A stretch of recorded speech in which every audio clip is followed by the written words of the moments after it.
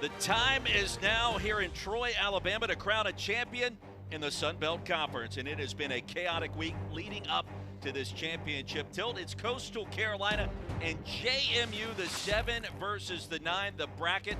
Well, it tells the entire story. We've seen some outstanding pitching here at the Troy Softball Complex this week, and it leads us to this championship game today. And like I said earlier, she's a competitor. Cone comes home and a blooper down the right field line. It's going to be a fair ball, and it bounces into foul territory off the glove of Collier. Digging for 3, pitch number 1, and the stop sign is up for Peyton Liss. And what a start for the Dukes. We just told you she wasn't in the lineup yesterday. You have to have her at the top. And this is a ball that Reese Collier cannot dive for if you're not going to come up with the catch. She's a couple of feet away, and you see what happens when the ball gets in the sport. Two teams have played so recently. Ground ball to second. Fake the toss home. JMU on the board. And Gleason is the first out of the frame. It drives in a run. And it's 1-0 Dukes. Right side ground ball is so key with a runner at third base, and this is a pitch that should not be able to be hit that way with a left-handed hitter, and you have the lefty in Picone. Liss scoring easily, not even a throw. Just going to have a different effect on a right-handed hitter than a lefty.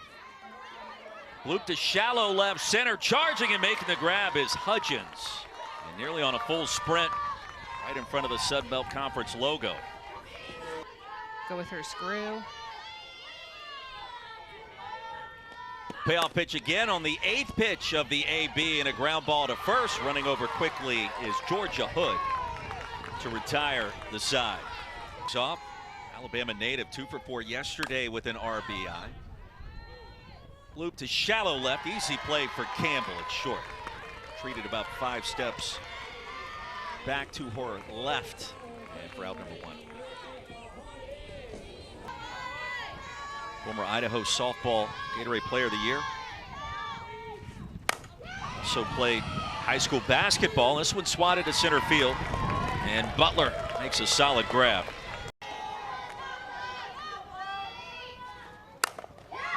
And this one in and out of the glove of Campbell over at short. It trickles into left field, and Georgia Hood will extend this inning. Been super aggressive, and of course Roos is sitting there in the 4-hole, so she's a big part of that. Hot hitting continues into right center field. A diving attempt by Butler. No, the throw comes back into second. Here's the relay throw home in time. Hood believes she is safe. And now you think about Roos, just absolutely a laser off of the bat. The throw from Campbell coming in. We're going to have a review here. I thought it was the right call. Watching on a replay,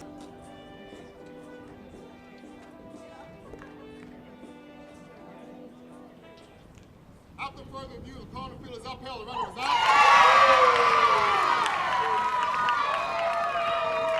9-6. Of course, this tournament, but also the last half of the season. Jasmine Hall will lead things off for the Dukes. Harrisonburg, VA, and that ball clipped her elbow.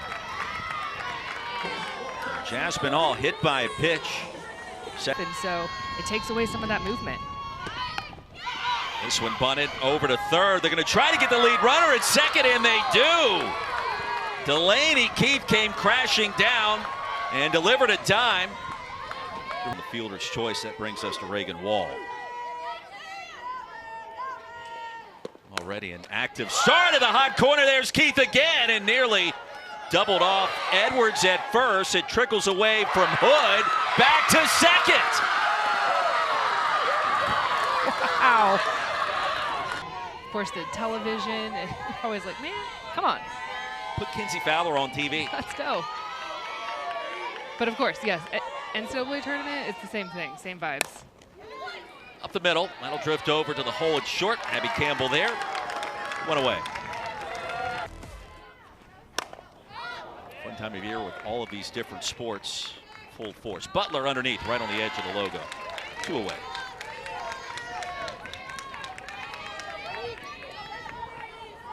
Baseball 2017, they won the national championship, the Men's College World Series out in Omaha. Football program has found success. Softball has been tremendous under Coach Green. Back up the middle, that's going to sneak through. Butler grabs it in center field. And the second hit. Take this headset off. 0-2 on the inner half and a called strike 3. And Fleet shows you a little motion exiting the circle. JMU preserves its 1-0 lead. Now coming up, we'll touch base with head coach of the Shine. We don't need to talk about it. A lot of coaches will have different strategies. It just depends on your team. Do you have a young team? Do you have an older team that maybe understands how the RPI works and how the scheduling works? But top of the third and a 1-0 lead for the 9 seed JMU Dukes.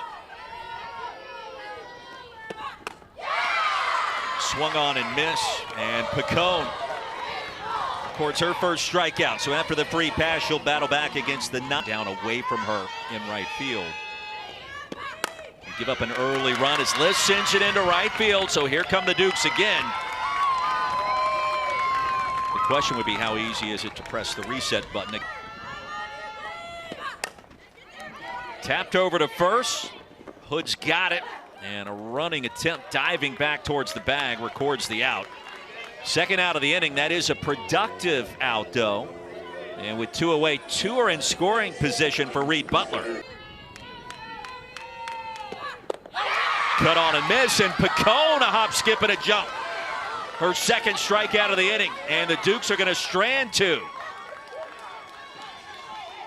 To won 17 of 22 to make it to this point. 3-0 start in the Sun Belt Softball Championship. Backhanded beautifully by Edwards and over to first in plenty of time. And Hudgens is, if you've got runners on base, it's a leverage situation, a high leverage situation. Pippin's going to pop out to third as Hall comes in. They've talked to her about that. And focusing on your teammates instead of that inward focus. Outside, and a great take by Keith. With 2 away, Chanticleers keep the frame alive. So Keith now actually every team in the league. Georgia Hood pops it up a mile in the air. He's got to take it. And racing over to grab it will be Legston.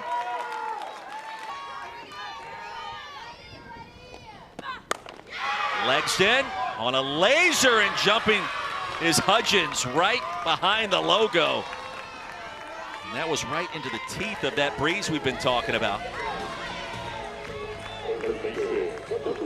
3, they end up as the 7 seed. JMU moved up from 10 to 9. Jasmine Hall with a knock. And the Dukes, the runner at first after Legston was retired. First hit, the Sun Belt Tournament for Jasmine Hall. 2 of the 4 teams that played in the first round. We're going back 3 days now. End up in the championship. Yeah. Force out Roos gets it to Normandin. And that'll go 4-6 to get the lead runner. 2 away. Reagan Wall just absolutely smashed it, swinging away. Right over to the hot corner. This one sent beautifully into center field. A diving attempt. Yes, it's there for Hudgens. Diving forward, she needed every inch to get this moment. Talk about a multi-sport standout. Roos, that's a fair ball down the left field line. Digging for second. Here comes the throw, and it's not in time. Tying run in scoring position for Coastal Carolina. Jennings, a confident stance, the back of the box. Fleet comes home. Popped up on the right side, and Edwards is there. An advantage, Kirsten Fleet. Jennings is retired. And that one called for a strike. It makes it really tough. Kenna Metzger, the hitter, squares one up deep left field into the wind, and Coastal Carolina's out in front.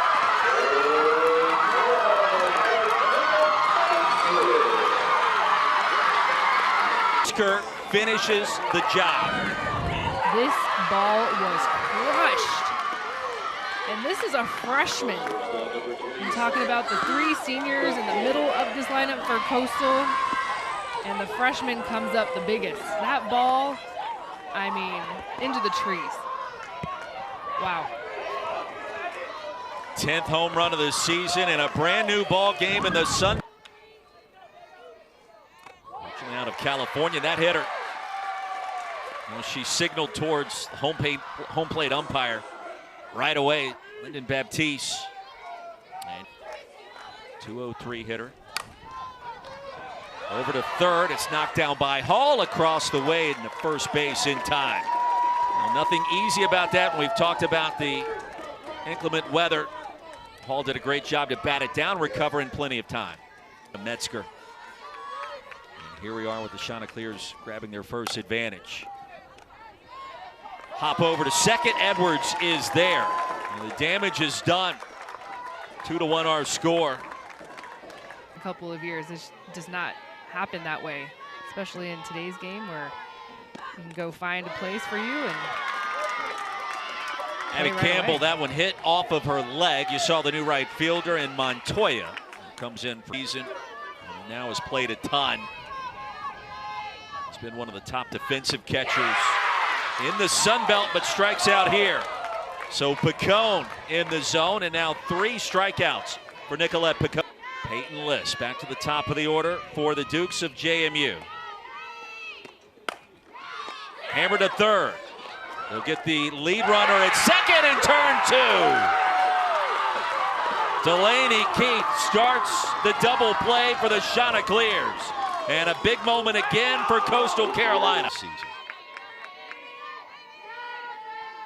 Pippin's 2 for 14 in Troy. Inside. And the leadoff batter aboard for Coastal Carolina.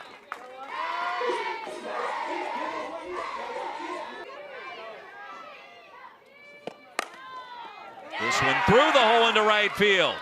And Coastal Carolina, runners at first and second, looking for a little insurance. And Delaney Keith. Thought that there might have been a play there. Well, Pippin also timed that run beautifully between first and second. A fly out to right field. And Wall came in quickly. A very important first here in the championship. Win this game, you're going to the NCAA tournament. Fly ball straight away center. Butler battling the breeze. And there's 2 away.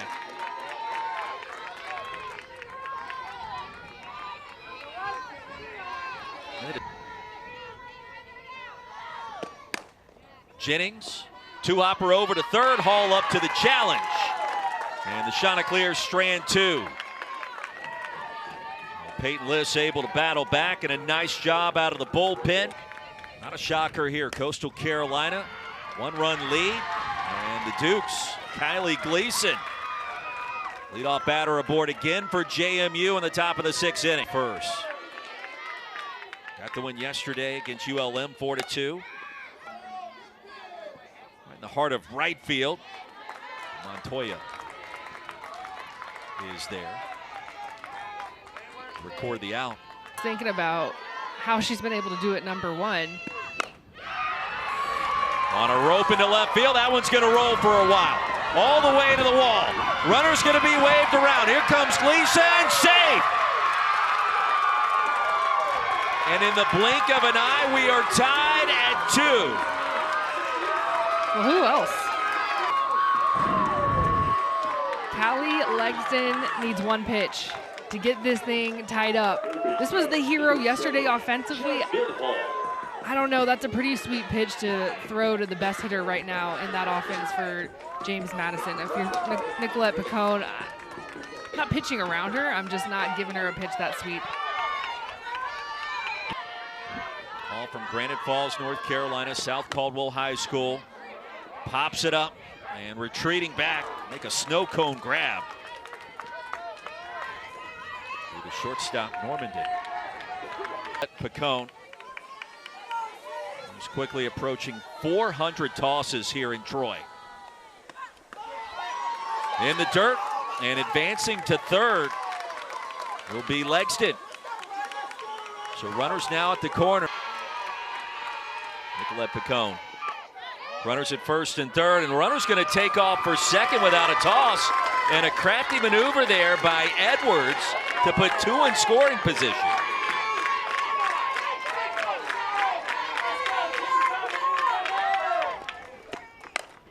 So Wall, a shallow fly ball to left field, and Pippin able to corral it cleanly. The scoring threat is over, but JMU does tie it up. And 2 runs apiece. Even the Turtles trying to stay dry for a moment here in Troy, Alabama. List remains in the circle.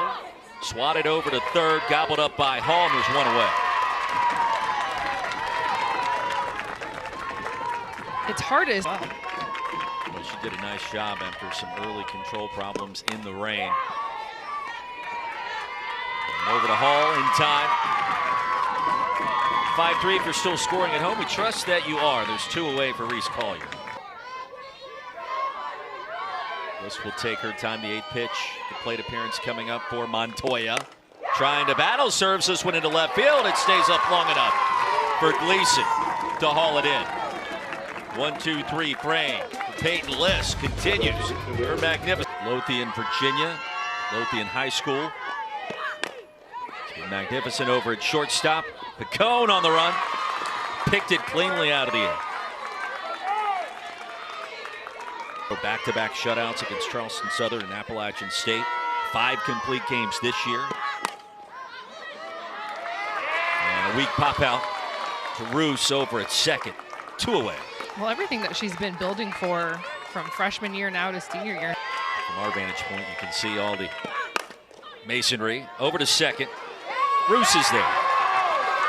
First time in this championship we've had a 1-2-3 frame, and of course it happens in back-to-back fashion.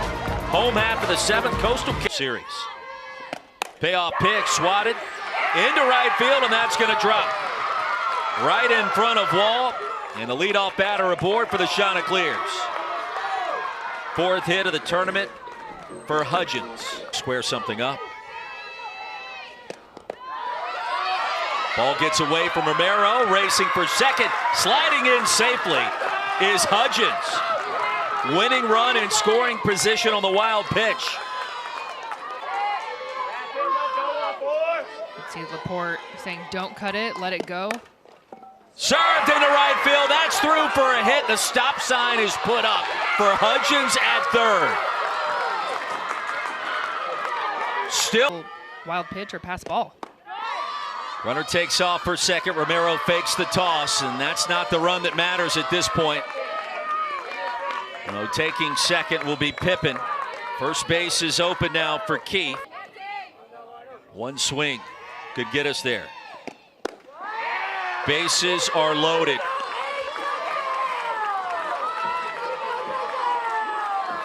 In the lineup in a row here. If anyone's gonna get it done, it's one of these 3 seniors. Hood, the senior from Australia. It gets away from Romero. Coming in is Hudgens. Coastal Carolina walks it off on the wild pitch.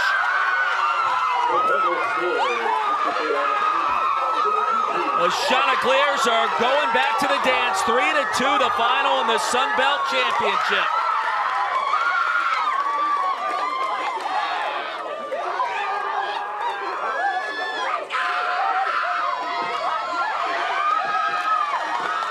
Hudgens might have gotten hurt there. That did not look good in that celebration. Oh, man.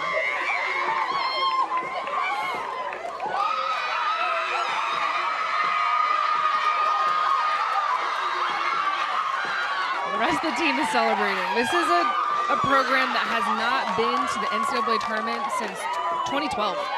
So it's been a minute. We were talking about, are they on the bubble? Are they not? Bubble punched. Sun Belt tournament champions, and they are headed to the NCAA tournament.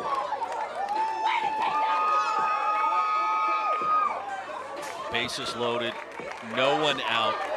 Pitch in the dirt. Romero did all that she could to try to stop it, to try to block it. It was not enough. And racing home was Clara Hudgens. Sophomore from Huntley, Illinois. A little stutter step. She knew the green light was on. It was go time. And the celebration was officially on. It's just such a tough way to go for JMU. 3-hour delay. It's lost on a wild pitch. I'm really worried about Hudgens. I think she might have really gotten injured there. It's unfortunate. Chanticleers win their 41st game of the season. Their Sun Belt championship is complete. Now, Coach Green told us earlier today she woke up at 4 o'clock this morning, couldn't go back to sleep.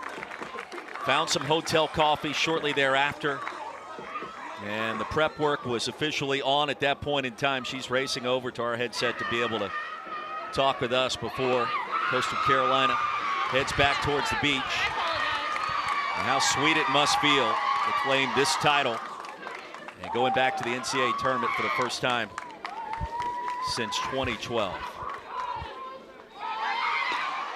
Coach Green, how would you describe